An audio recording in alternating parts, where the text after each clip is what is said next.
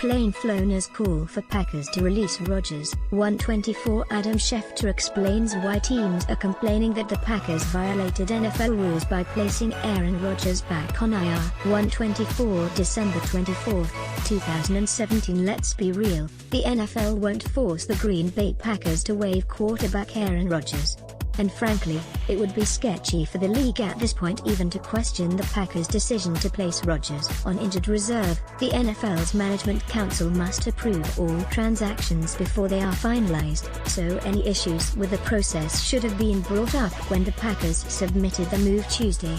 But the story ESPN's Adam Schefter reported Sunday morning that other teams believe the Packers violated injured reserve rules and should have to waive Rodgers once he is healthy, is important and harkens back to the days when teams would routinely use injured reserve to stash relatively healthy players and prevent them from changing teams, because the NFL and its teams often have outsized reactions to minor rules debates. I wouldn't be shocked at all if this episode leads to an off-season of teeth gnashing followed by a tweak of the procedures in question. The NFL classifies injuries as major or minor based on whether it will take more or less than 6 weeks for the player to recover. In essence, a player placed on IR with a minor injury is subject to waivers after he recovers. In Rodgers' case, the question is what happened during his December 17 start against the Carolina Panthers to put him in the major category. The answer, from the outside, is unclear. Coach Mike McCarthy told reporters that Rodgers did not suffer a setback during that game but was sore. If Rodgers was healthy enough to start against the Panthers, and didn't suffer a setback, what could the medical explanation be for classifying his injury as major? That's what other teams no doubt were asking this past week. Officially, the NFL was satisfied with the Packers' answer, or it wouldn't have approved the transaction. But in typical NFL fashion, the team's issue is not about whether the Packers should truly lose Rodgers but the extent to which they might have stretched the rules to add a healthy player to their roster and thus gain a competitive advantage.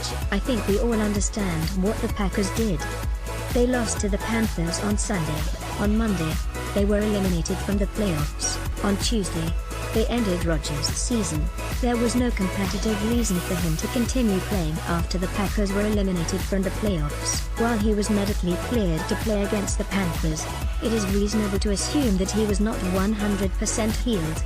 He gave it a shot at less than full health at a time when the Packers were still in the playoff race. Even so, the Packers could have kept Rodgers on the 53-man roster and simply deactivated him for their remaining 2 games. In that case, however, the Packers would have had to cut another player to make room for backup quarterback Joe Callahan, who took Rodgers' roster spot. So yeah, that's really what we're arguing about here. Nobody is disputing whether Rodgers is healthy or the Packers' decision to end Rodgers' season. Instead, it's about how they protected their rights to a bottom-of-the-roster player in doing so.